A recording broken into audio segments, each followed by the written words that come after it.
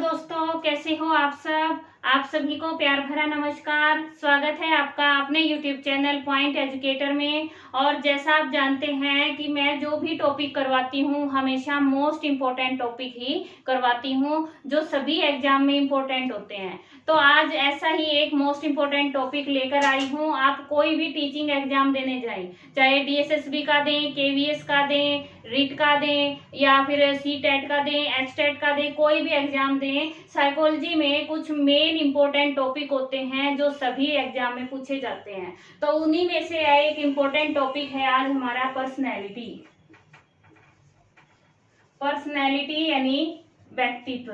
हिंदी और इंग्लिश दोनों मीडियम में करवाऊंगी, लिखूंगी ज्यादा इंग्लिश में और हिंदी में उसको एक्सप्लेन करूंगी, क्योंकि पेपर में हमेशा इंग्लिश वर्जन ही मान्य होता है। ठीक है, सभी को पता है। और कई बार अक्सर हैं वो इंग्लिश के वर्ड हिंदी में वैसे के वैसे लिख देते हैं, इसलिए कोशिश करें इंग्लिश में समझने की, बाकी हिंदी भी साथ साथ करवाऊंगी। अब पर्सनैलिटी जब शब्द सुनते हैं ना, एक हमारे सामने कंसेप्ट आ जाता है कि कोई व्यक्ति कैसा दिखता है, वो उसकी पर्सनैलिटी है। और इसी आधार पर सबसे पहले जो पर्सनैलिटी शब्द है ये पर्सोना शब्द से बना है। पर्सोना का मतलब होता है मुखौटा। आपने रामायण देखी होगी, रामलीला, या फिर कोई जैसे वो ना स्टेज पे नाटक करते हैं, रोल प्ले करते हैं, तो वहां क्या होता है कि रावण का मुखौटा पहन के जो व्यक्ति आता है वो हमें पता चलता है कि रावण है, उसकी पर्सनैलिटी रावण की है। अब मुखौटा पर्सोना शब्द है, ये हमें याद रखना है, कई बार डायरेक्ट क्वेश्चन पूछ लेते हैं इजी सा। और ये किस भाषा का है? लैटिन भाषा का है। ठीक है, लैटिन शब्द है ये पर्सोना। अब इससे आगे बात करें कि वास्तव में पर्सनैलिटी होती क्या है। जब हम कोई मीटिंग कर रहे हो, काफी सारे व्यक्ति बैठे हैं एक जगह, और कोई सूट बूट वाला व्यक्ति आ जाए अचानक से, तो क्या महसूस होगा? ये लगेगा कि कोई एजुकेटेड सा, या फिर ऐसा, यानी हमारी धारणाएं बनी होती हैं कि ये व्यक्ति वास्तव में एक जेंटलमैन है और ये पढ़ा लिखा एजुकेटेड है। अगर उसी टाइम कोई कुर्ता पजामा पहन के आ जाए या कोई और कुछ, मैं ये बताना चाह रही हूँ कि हम सिर्फ बाहरी आवरण को देखकर व्यक्ति को जज करने लग जाते हैं कि इसके कितनी नॉलेज होगी, इसको क्या आता है, कैसा है। ये कभी नहीं करना चाहिए। पर्सनैलिटी का मतलब सिर्फ बाहरी आवरण नहीं होता, व्यक्ति के जो आंतरिक गुण होते हैं ना, वो भी उसमें शामिल होते हैं। तो पर्सनैलिटी एक बहुत बड़ा टॉपिक है, कंसेप्ट है, और इसको समझना बहुत जरूरी है। अब बात करें इसकी डेफिनेशन की, तो डेफिनेशन बहुत सारी दी हैं। बहुत सारे ऐसे साइकोलॉजिस्ट हुए हैं जिन्होंने अपनी अपनी तरह से पर्सनैलिटी को डिफाइन किया है। सबसे जो इम्पोर्टेंट है वो है आलपोर्ट की डेफिनेशन है। उन्होंने बहुत ज्यादा वर्क किया है इसके लिए, 49 डेफिनेशन दी थी पहले। उनमें जैसे कोई गलती मिस्टेक लगी, फिर और ऐड कर दिया, फिर और ऐड कर दिया, तो उन्होंने जब 50th यानी 50वीं जो परिभाषा दी थी, उसको काफी सारे मनोवैज्ञानिक अब भी बिल्कुल सही मानते हैं कि भाई ये है डेफिनेशन, ये पूरी पर्सनैलिटी को एक्सप्लेन कर सकती है। ठीक है, तो वो हम करेंगे। ये दी थी 1937 में आलपोर्ट ने। अब क्या दी थी डेफिनेशन वो देखो। पर्सनैलिटी इज, हिंदी में बाद में बताऊंगी, personality is the dynamic organisation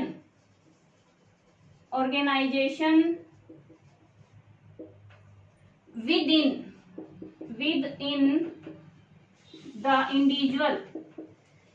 the individual of those psychophysical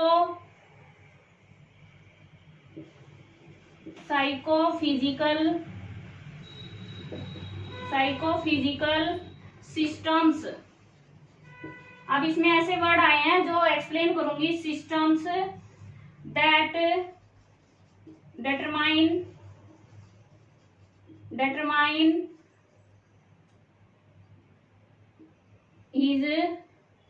determine his unique adjustment adjustment to his environment. अब आप सोचोगे तो बहुत बड़ी डेफिनेशन है, याद कैसे होगी? अब याद करने के लिए पहले इसको समझ लो। क्या बताया है कि पर्सनैलिटी है ना वो डायनामिक है। डायनामिक मतलब गतिशील।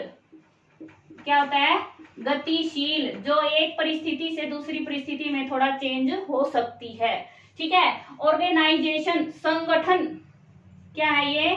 संगठन है। किसका संगठन है वो देखना। विद इन द इंडिविजुअल, व्यक्ति के अंदर, व्यक्ति के अंदर of those psychophysical systems. Systems यानी तंत्र।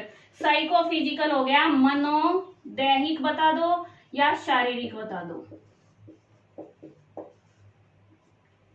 यानी मनोवैज्ञानिक और शारीरिक दोनों जो तंत्र हैं वो मिलकर उनका संगठन होता है। ये गतिशील होता है और ये व्यक्ति के अंदर होता है।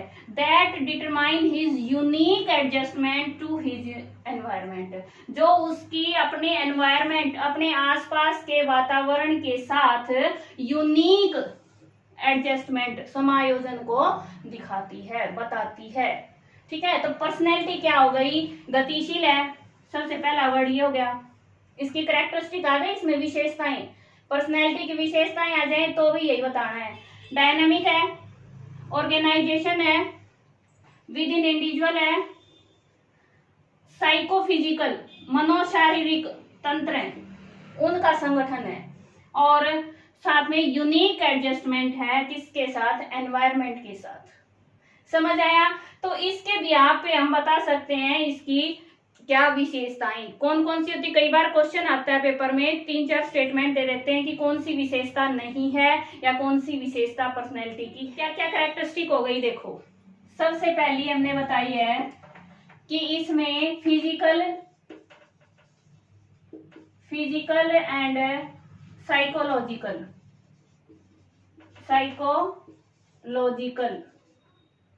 दोनों फीचर्स होते हैं। ठीक है। दोनों का ये क्या है? संगठन होता है, ऑर्गेनाइजेशन होता है। क्लियर? अब दूसरा क्या है? दूसरा होता है कि ये थ्रू आउट लाइफ चेंज नहीं होता। मतलब क्या है कि जो एक बार पर्सनैलिटी डेवलप हो गई ना बचपन से अडल्ट तक, तो वो पर्सनैलिटी उसकी स्थायी हो जाती है। कुछ सिचुएशंस में वो डायनामिक भी होती है। डायनामिक अब कैसे होती है? देखो, मान लो कोई व्यक्ति है वो अग्रेसिव नेचर का है, अग्रेसिव है तो वो हमेशा गुस्सा करता है। लेकिन क्या कोई अट्टा कट्टा पहलवान उसके सामने आ जाए तो गुस्सा दिखाएगा? उसकी हड्डियां टूट जाएंगी, इसलिए वो गुस्सा नहीं दिखा सकता। तो वो सिचुएशन के अनुसार क्या हुआ, उसने चेंज कर लिया। ठीक है। तो गतिशील हो गया। ऐसे ही मान लो बॉस के सामने, जो उच्च अधिकारी है उसके सामने गुस्सा दिखाएंगे तो क्या होगा? जॉब चली जाएगी। तो ये सभी क्या है? डायनामिक, सिचुएशन के अनुसार ये चेंज भी हो जाती है कभी कभी, लेकिन जो पर्सनैलिटी बन जाती है और स्थायी हो जाती है वो थ्रू आउट लाइफ रहती है। ठीक है। अगला है हमारा 4 नंबर पे है कि पर्सनैलिटी है वो यूनिक क्या होती है? एडजस्टमेंट होती है। हर व्यक्ति की, इंडिविजुअल कोई भी है, कोई भी व्यक्ति है, पर्सन है, उसकी यूनिक होती है। हर सिचुएशन में अपनी तरह से वो उसको हैंडल करता है, एडजस्ट करता है। तो क्या होगा? यूनिक एक्सप्रेशन भी लिख सकते हैं, एडजस्टमेंट भी लिख सकते हैं। ठीक है। अकॉर्डिंग टू सिचुएशन में उसकी यूनिक एक्सप्रेशन होते हैं। और ये इसकी क्या है? कैरेक्टरिस्टिक ऑफ पर्सनैलिटी, व्यक्तित्व की विशेषताएं। क्लियर हुआ इतना? अब कुछ कंसेप्ट है ना वो इसमें बार बार पूछे जाते हैं, जैसे टेम्परामेंट। पेपर में क्वेश्चन भी आया था पिछली बार। टेम्परामेंट, ट्रेट, करेक्टर पूछते हैं, हैबिट। तो ये इस तरह के कुछ होते हैं। या फिर वैल्यू। अब कई कई लोग क्या कहते हैं, करेक्टर और पर्सनैलिटी को सेम मान लेते हैं कि भाई वो किस करेक्टर का है, उसकी कैसी पर्सनैलिटी है। ये कभी सेम नहीं होते। टेम्परामेंट और करेक्टर और ट्रेड ये सभी इसके पार्ट हैं पर्सनैलिटी के, ठीक है। और टेम्परामेंट क्या होता है, करेक्टर क्या होता है, इनको थोड़ा थोड़ा बता देती हूँ क्योंकि पेपर में डायरेक्ट क्वेश्चन भी पूछे जाते हैं, इनकी डेफिनेशन पूछ लेते हैं। टेम्परामेंट यानी स्वभाव, स्वभाव। अब स्वभाव क्या होता है, ये बायोलॉजिकल होता है। कीवर्ड्स होती हैं, की टर्म होती हैं जिनको देखकर हम आंसर का सीधा पता कर सकते हैं। बायोलॉजिकल होता है यानी जन्म से होता है, इनेट अंदर होता है, और ये यानी जब बच्चा जन्म लेता है ना तो उसके टेम्परामेंट उसके साथ होते हैं। कैसे, अब जैसे इजी जो चाइल्ड होते हैं वो नई परिस्थिति, नई जगह जाते हैं, नई सिचुएशन देखते हैं तो वहां कंफर्टेबल हो जाते हैं जल्दी से, और वो बहुत एक्टिव रहते हैं, हैप्पी रहते हैं। ऐसे ही डिफिकल्ट अगर ले लें तो डिफिकल्ट क्या है, वो नई सिचुएशन में ज्यादा जल्दी क्या वो सेट ही नहीं हो पाते, और वो हमेशा क्या रहते हैं, अशांत रहते हैं, उनमें शांति नहीं होती, ऐसे हाइपर होते रहते हैं। और एक होता है जैसे कोई बच्चा टाइम लगाता है लेकिन वो एडजस्ट हो जाता है नई सिचुएशन में, तो वो क्या होता है, हमारा टेम्परामेंट होता है कि हमारा स्वभाव क्या है, ठीक है। इसके बाद ट्रेट, ट्रेट यानी गुण, शील गुण या विशेषक भी बोलते हैं कई जगह, विशेषक या शील गुण। तो ट्रेट क्या होते हैं, हमारे अंदर जो गुण होते हैं ना वो स्टेबल, स्थिर, जो स्थिर होते हैं, और परसिस्टेंट, दृढ़ होते हैं। Specific way of behaving, behave करने का एक स्पेशलाइज्ड तरीका होता है सबका। कोई तो किसी सिचुएशन में हमेशा ही गुस्सा दिखाता है, कोई उसको शांति से ले लेता है, इसी तरह से हर कोई अपनी तरह से बिहेव करता है, ठीक है।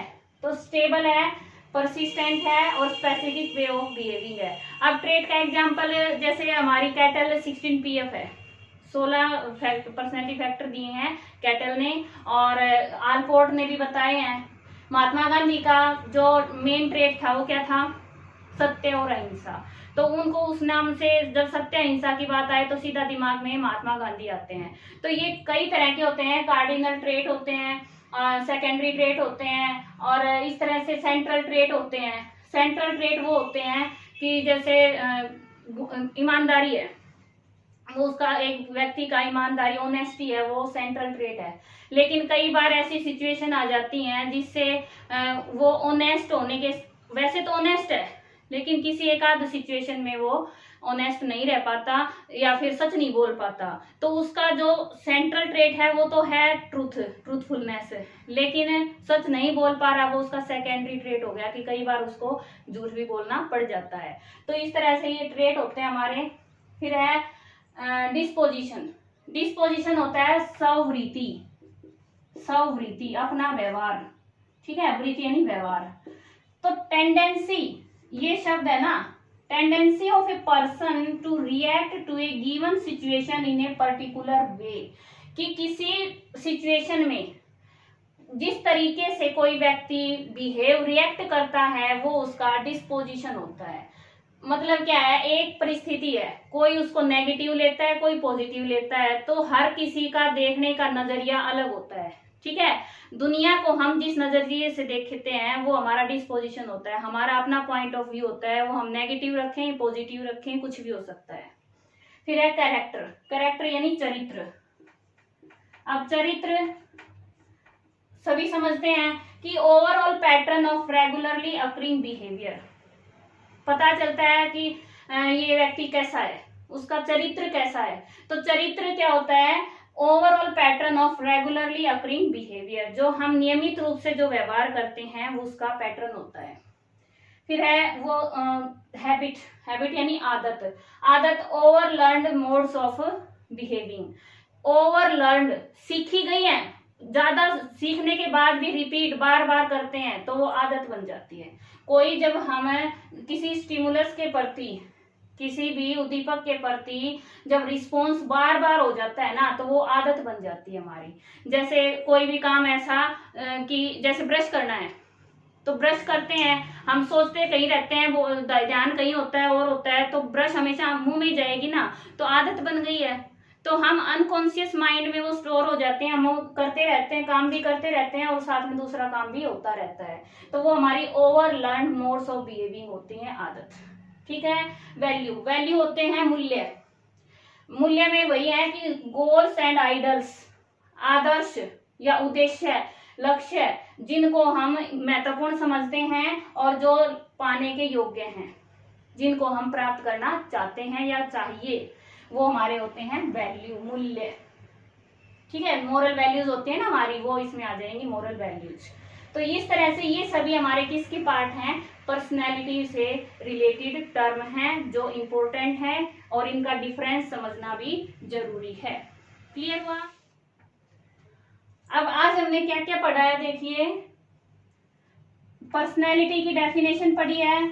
तो पर्सनैलिटी की वो डेफिनेशन तो आपको याद करनी है, साथ में पर्सनैलिटी होती क्या है वो छोटा सा बताती हूँ। Personality is the unique way in which each individual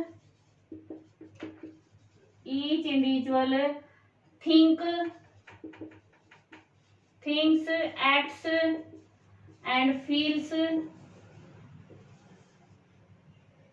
throughout the life। यानी क्या है कि पर्सनैलिटी वो यूनिक तरीका होता है हर किसी व्यक्ति का, जिससे वो पूरी जिंदगी सोचता है, एक्ट करता है और फील करता है, महसूस करता है, काम करता है, प्रतिक्रिया करता है या सोचता है। उस सभी का जो इंडिविजुअल है उनका यूनिक वे होता है पर्सनैलिटी। ठीक है। तो पर्सनैलिटी का आपको समझ आया और उसकी विशेषताएं क्या क्या होती हैं, गुण क्या होते हैं, कैरेक्टरिस्टिक्स क्या होते हैं, उसमें कौन कौन सी टर्म है, टेम्परामेंट है, कैरेक्टर है, ये सभी उसके पार्ट हैं पर्सनैलिटी के। कैरेक्टर पर्सनैलिटी नहीं है, वो उससे अलग होती है। ठीक है। इतना समझ आया? उम्मीद है आपको आज ये सब क्लियर हो गया होगा। अगली वीडियो में हम पर्सनैलिटी का अप्रोच, उपागम करेंगे। ठीक है, कि साइकोडायनेमिक अप्रोच किसकी है, कैसे होती है, बिहेवियरल अप्रोच कौन सी है, तो वो सब हम करेंगे। और कहीं कोई भी प्रश्न है, डाउट है, तो आप कमेंट में लिख दें, आपके क्वेश्चन का जरूर जवाब मिलेगा।